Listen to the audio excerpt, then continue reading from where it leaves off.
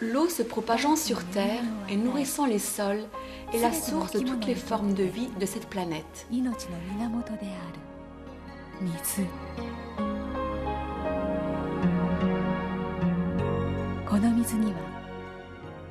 Mais il reste une facette de l'eau inexpliquée jusqu'à présent.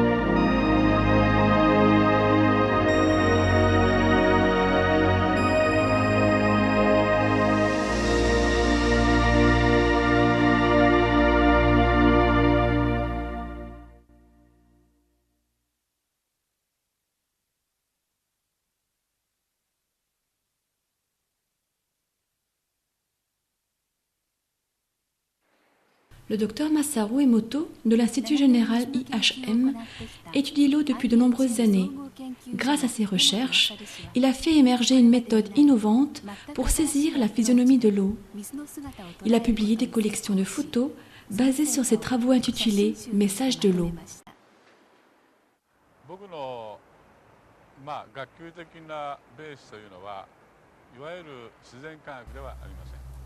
Mes études académiques ne sont pas basées sur les sciences naturelles mais culturelles. Même pour moi, cela reste un mystère d'expliquer comment je suis arrivé à trouver cette méthode. Le mode conventionnel de raisonnement de la science traditionnelle n'était pas suffisant pour pénétrer le monde de l'invisible, tel l'eau et l'ado.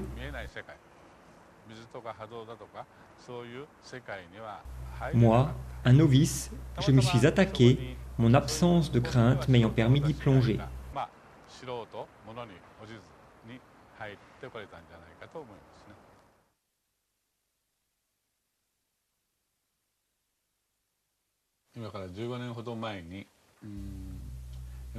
Il y a 15 ans, je suis rentré des USA avec un appareil de mesure de vibration appelé MRA. Je pouvais, grâce à lui, transférer des informations vibratoires dans de l'eau à microclusters, un type particulier d'eau, et j'ai créé de l'eau Hado. On put guérir de nombreux symptômes de maladies grâce à cette eau. Plus de 10 000 personnes furent traitées ainsi.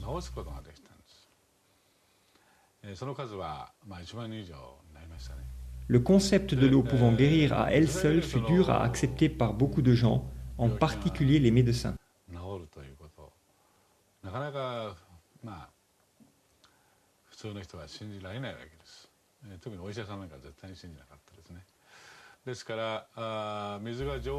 La capacité de l'eau à conserver de l'information avait déjà été avancée par certains savants radicaux, mais cela restait à prouver. Je me creusais la tête chaque jour pour trouver une réponse.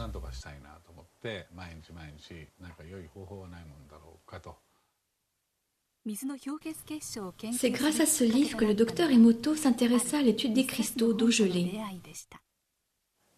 J'y ai appris qu'il n'y a pas deux flocons de neige identiques.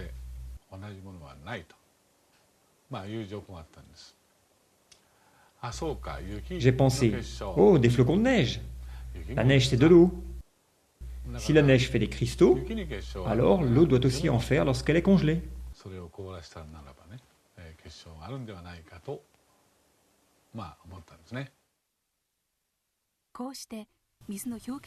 C'est ainsi que débuta l'étude des cristaux d'eau congelée, sans néanmoins obtenir de succès instantané.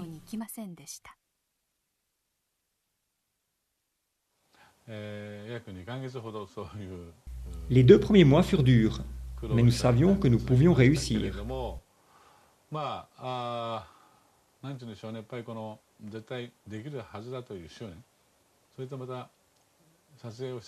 J'ai persévéré avec M. Ishibashi, qui a pris les photos actuelles. Finalement, environ 60 jours plus tard, nous obtînmes notre première photo réussie. J'étais tellement ému. J'ai versé des larmes de joie.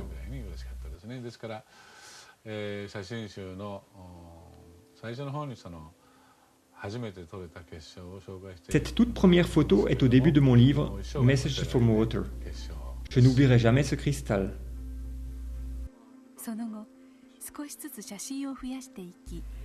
Depuis, nous avons graduellement agrandi notre collection de clichés en accumulant des données. Certaines des eaux examinées ne montrèrent aucune formation cristalline. Regardez l'exemple de l'eau du robinet.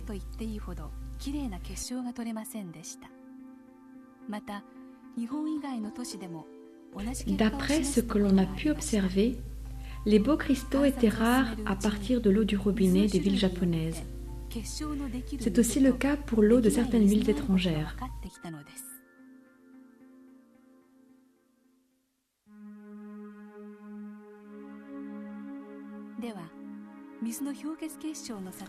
Poursuivant nos recherches, nous découvrîmes que certains types d'eau produisaient de magnifiques cristaux alors que d'autres non. Comment sont photographiés les cristaux d'eau congelée?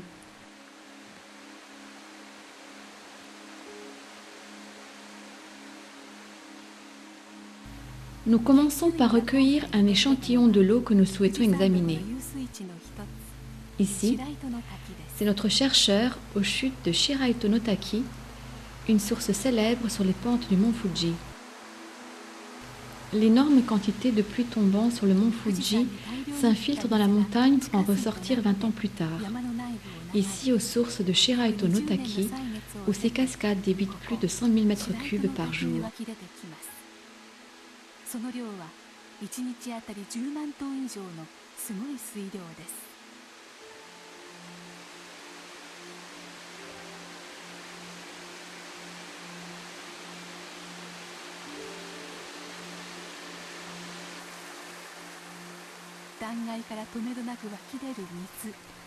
L'eau jaillit implacablement de la falaise.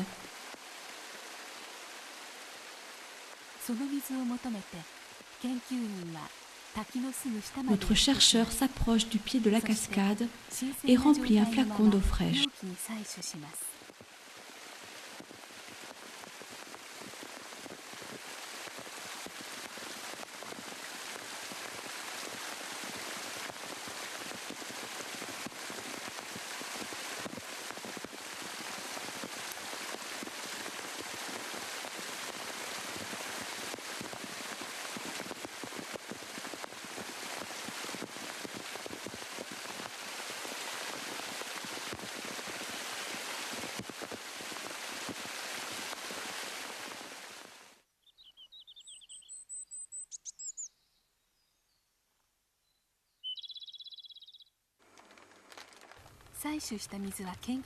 Il ramène l'échantillon d'eau à l'Institut.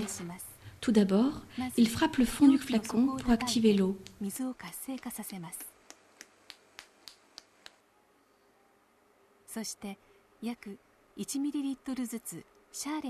Puis, il la répartit en gouttes de 1 ml dans chaque boîte de pétri.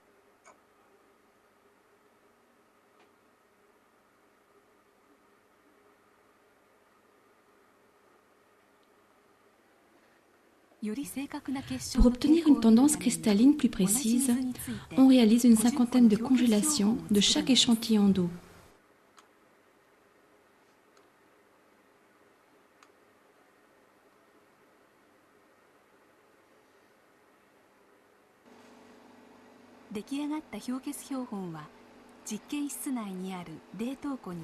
Les boîtes de pétri sont mises au congélateur à moins 25 degrés dans le laboratoire. Les cristaux sont alors examinés à l'intérieur de notre laboratoire où est maintenue une température constante de moins 5 degrés.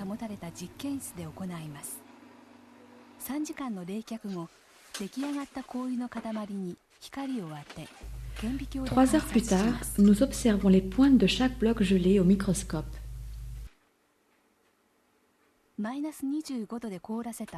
Sous l'effet de l'éclairage, le cristal se met à croître et à s'étendre lorsque sa température augmente. D'ordinaire, seuls quelques cristaux parmi la cinquantaine montrent une belle cristallisation hexagonale. Quel genre de cristaux va nous montrer l'eau des chutes de Shiraito no Taki? Un magnifique cristal hexagonal se développe lentement à partir de 6 angles du cœur de l'hexagone, parés de délicates ramifications.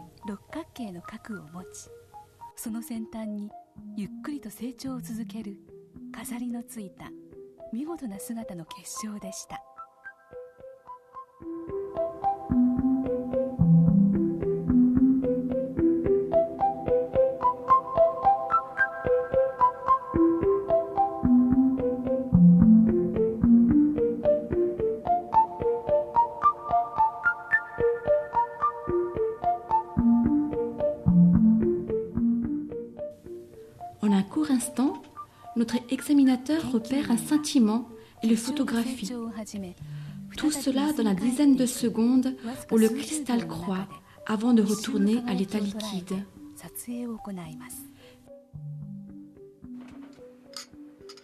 Une vue de côté révèle une protubérance au sommet. Ceci est dû au fait que le cristal ne se développe non pas en 2, mais en 3 dimensions à partir du centre.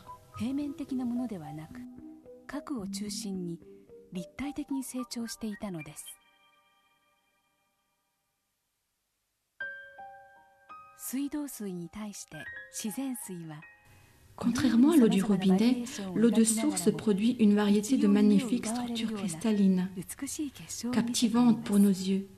C'est l'eau qui nous révèle un autre aspect d'elle-même.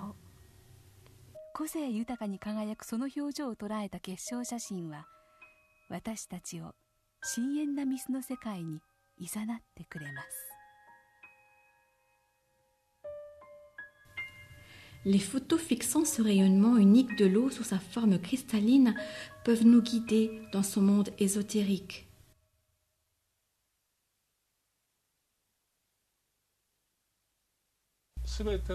Tout ce qui existe vibre. La science ne peut nier cela.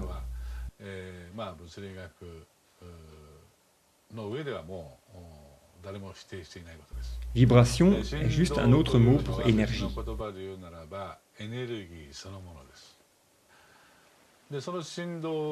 Alors, comment se transmettent les vibrations?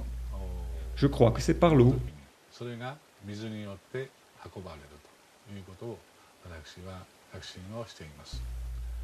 Les cristaux hexagonaux représentent la force de vie de Mère Nature.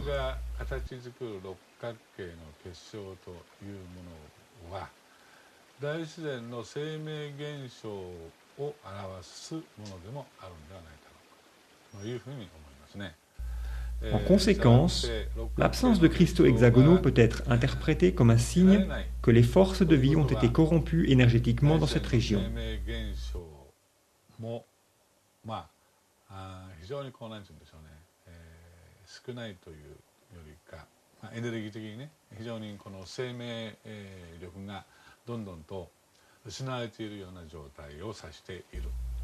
C'est une des choses que nous avons apprises durant les 8 années passées.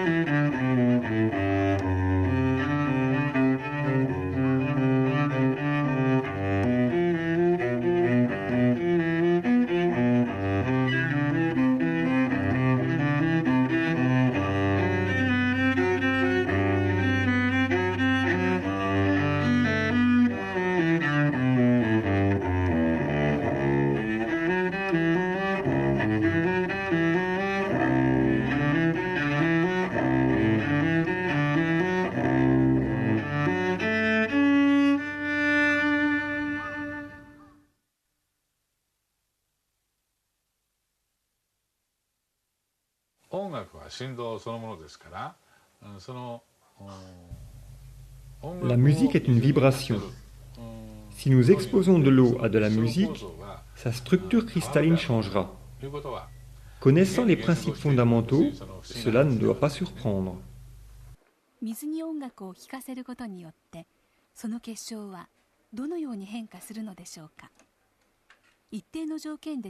Comment est-ce que le cristal change lorsqu'on expose de l'eau à de la musique?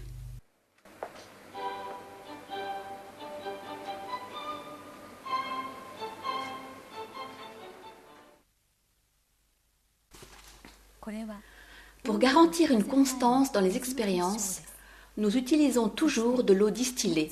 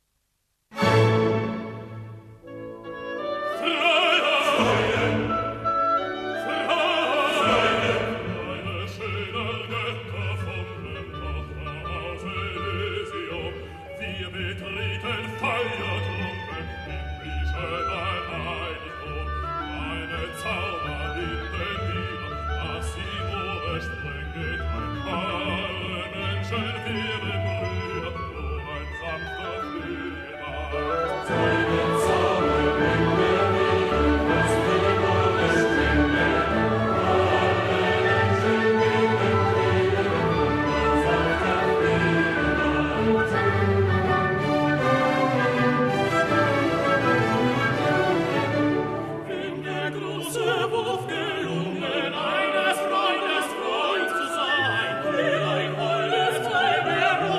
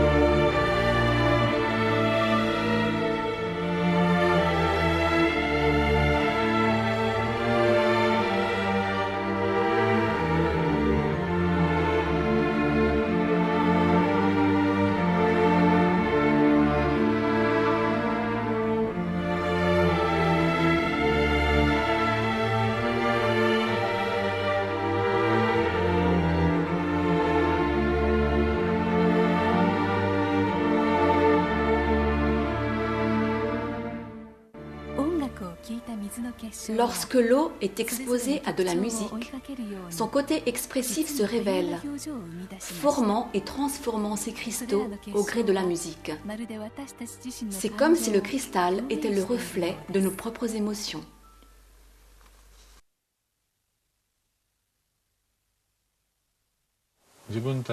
Je pense que la musique a été créée pour ramener nos vibrations à leur état intrinsèque. Par exemple, après la Deuxième Guerre mondiale, le Japon est passé par une dure période, son peuple souffrant comme jamais. C'est ce qui a engendré beaucoup de changements positifs durant cette période. Chaque région, chaque communauté a sa propre histoire. C'est dans la nature humaine de créer de la musique qui réajuste les vibrations distordues par l'histoire. C'est pourquoi j'ai la conviction que la musique est d'abord une forme de thérapie avant d'être un art.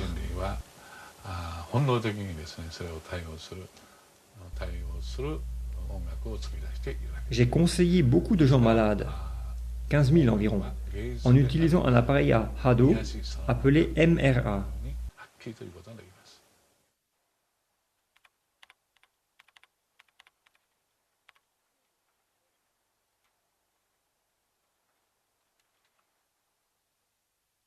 Nombreux ont été guéris et sont mentionnés dans mes livres.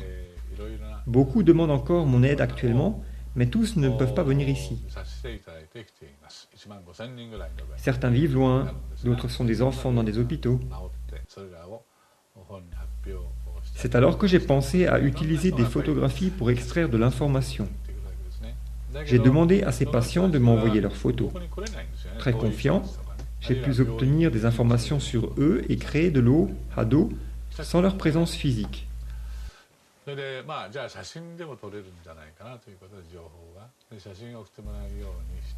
Ceci a aidé à guérir beaucoup de gens. Parfois, pourtant, je ne peux même pas obtenir de photos, comme dans la plupart des cas urgents.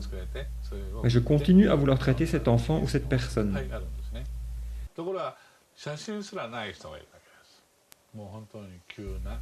Cela m'a fait penser que si des photos pouvaient fournir des informations, peut-être que le nom des patients aussi.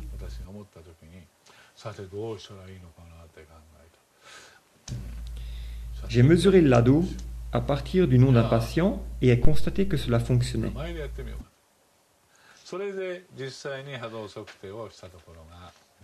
C'est là que j'ai réalisé que les mots retenaient de l'information vibratoire.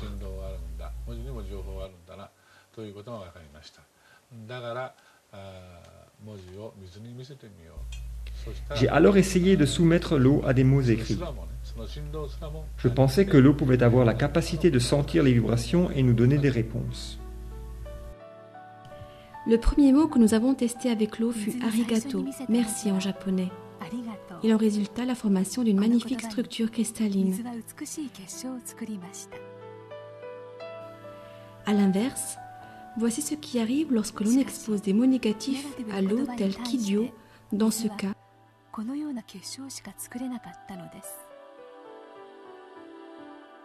Ou la phrase « Tu me rends malade, je vais te tuer ».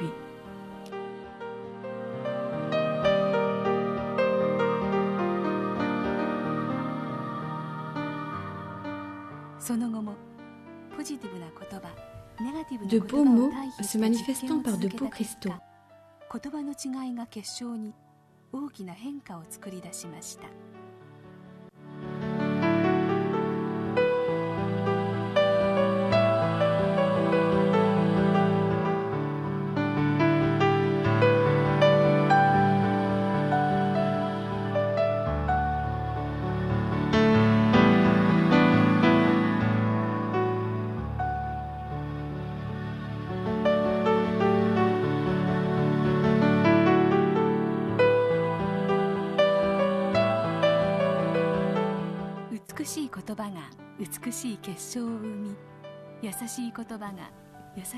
En nous apparaissant sous sa forme cristalline, l'eau nous laisse voir le pouvoir caché derrière les mots.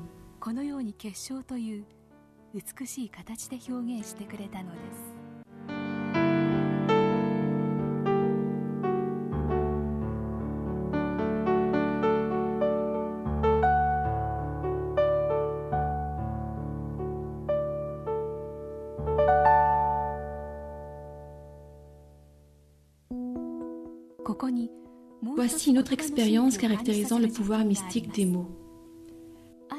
Inspirés par nos expériences précédentes, une maman et son fils Kim voulurent les refaire eux-mêmes. Ils placèrent du riz cuit dans 2 pots de verre.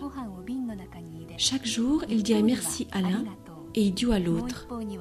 Le fils qui allait à l'école élémentaire poursuivit l'expérience pendant 1 mois.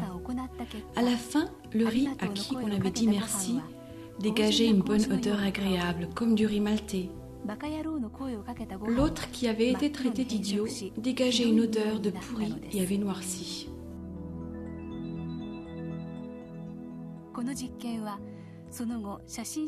Cette expérience gagna en renommée auprès des lecteurs des messages de l'eau. Elle fut reproduite et rapportée par beaucoup de gens. On dit que les mots font naître la vie. Ces photographies montrent clairement la puissance inhérente du verbe. Par la suite, nous menâmes une autre expérience qui consistait à projeter nos pensées à l'eau et tester les effets des formes et des mots.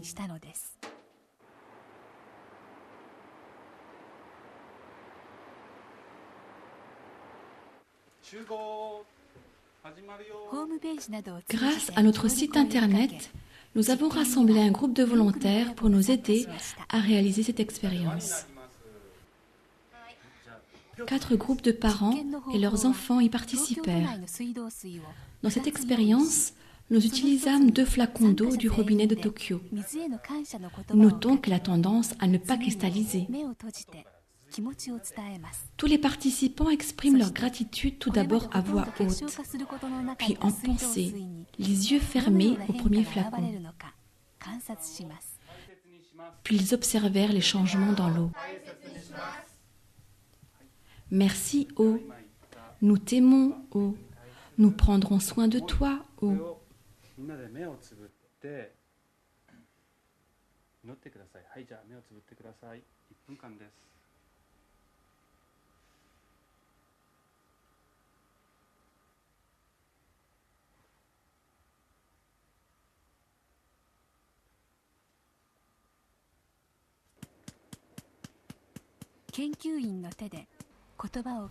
Le chercheur transfère ensuite cette eau dans les boîtes de pétri. Les enfants regardent curieusement.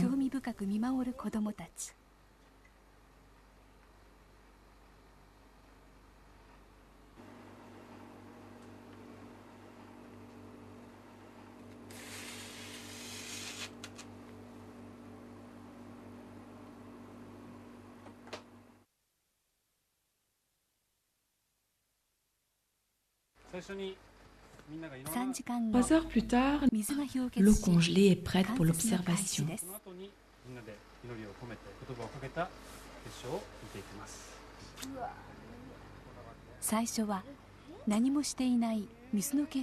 Commençons par l'eau qui avait été laissée de côté.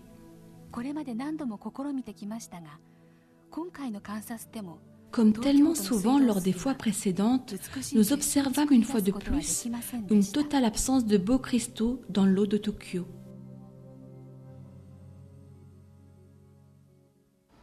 Certains y arrivaient presque, mais nous n'avons pas réellement vu de vrais cristaux. D'autres étaient franchement laids à regarder. Nous n'avons pas vu un seul cristal. Puis, on examine l'eau qui avait été exposée aux bonnes pensées. Les enfants fixent l'écran avec attention. Qu'est-ce qui arrive à l'eau du robinet lorsque leurs pensées se sont unies?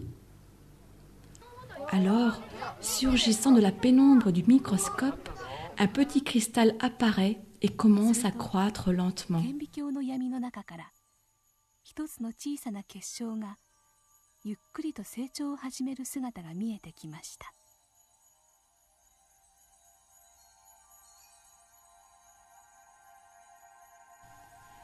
Un grossissement plus fort révèle l'émergence soudaine d'un cristal unique, clair et simple, comme pour incarner la pensée des gens qui s'étaient rassemblés.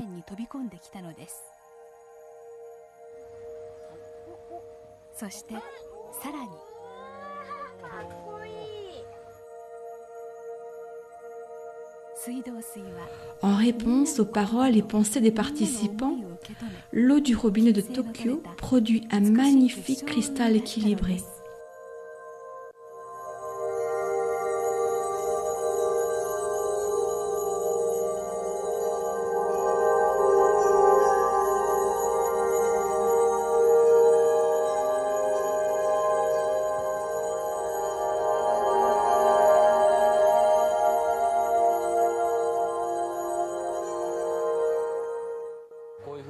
Aurais-tu imaginé voir des cristaux comme celui-là? Non, je ne pensais pas.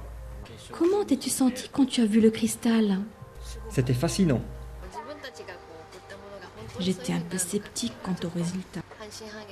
Que nos pensées puissent affecter l'eau. Mais maintenant que j'ai vu, je sais que c'est vrai.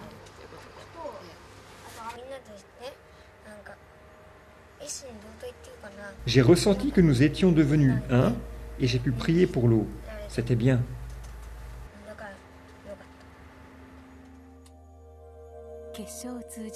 De par la cristallisation, l'eau nous dit qu'elle peut agir comme un miroir pouvant réfléchir nos pensées.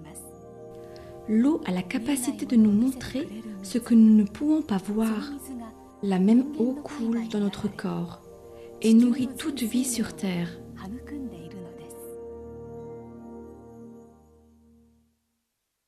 L'énorme écho, déclenché par le livre Message de l'eau, est maintenant en train de se répandre partout dans le monde.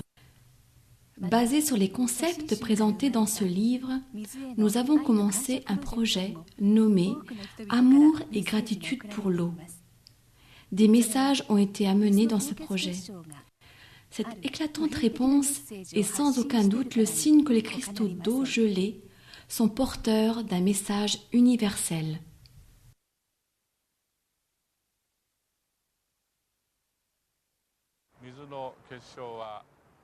Dans certains cas, l'eau produit de magnifiques cristaux hexagonaux, alors que dans d'autres, pas du tout, ou des cristaux déformés. Qu'essaye de nous dire l'eau par la cristallisation? Personnellement, je crois que Mère Nature est à la racine de tout. Tout ce qui est en accord avec Mère Nature se manifeste par une magnifique structure hexagonale. Tout ce qui ne l'est pas n'en fait pas. Je crois que c'est peut-être le message que l'eau essaye de nous transmettre en s'utilisant elle-même comme médium.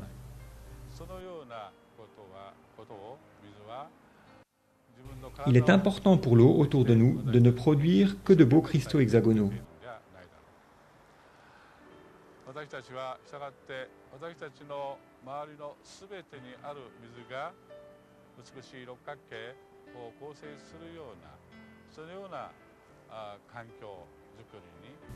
C'est pourquoi je ressens que c'est de notre devoir de maintenir notre environnement propre.